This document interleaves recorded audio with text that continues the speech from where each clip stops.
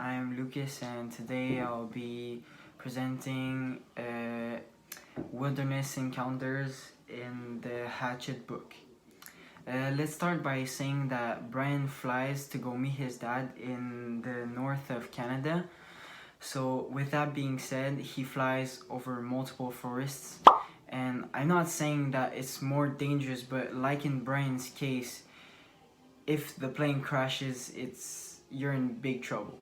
Canada is home to a large variety of wildlife like fish, mammals, birds, and insects.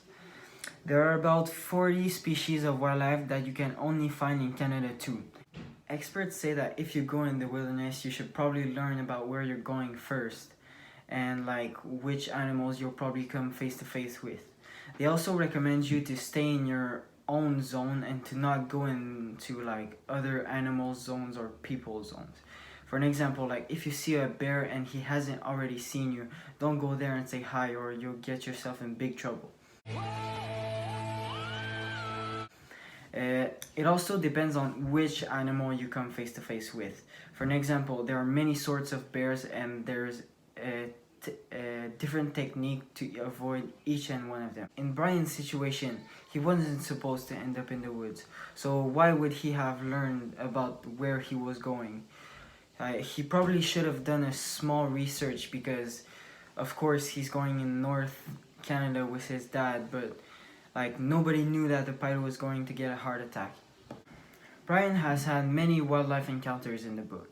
He saw mosquitoes, a porcupine, turtles, wolves, a skunk, squirrels, rabbits, a bear, and a moose.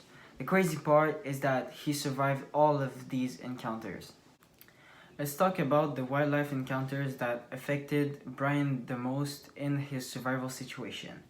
My first example is the bear encounter in chapter 7. Brian was eating berries while he turns around and sees a bear. The bear just stood there and continued eating his berries. Then he turned the opposite way from Brian and ran away.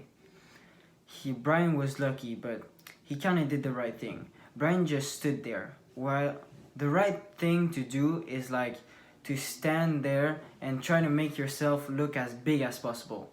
The worst possible thing to do will be to run away or to approach the bear, because black bears are really fast runners. My second example is in chapter 16. Brian goes to the lake to wash his hands and he hears a sound. By the time he turns around, he sees a moose. He charges at him. He throws him in the water, and when Brian tries to get up, he throws him in back again. It felt like he was being ran over by a truck. The last time he got up, he made it up to a tree and stood there. He was so hurt. The moose ran away. What he should have done was to run to the nearest thing that he could hide behind. In Brian's case, he didn't have time to do it. Well, he did it at the end. That's okay. Experts say that you should curl up in a ball until the moose gets tired to hit you and realize he has no reason to do it.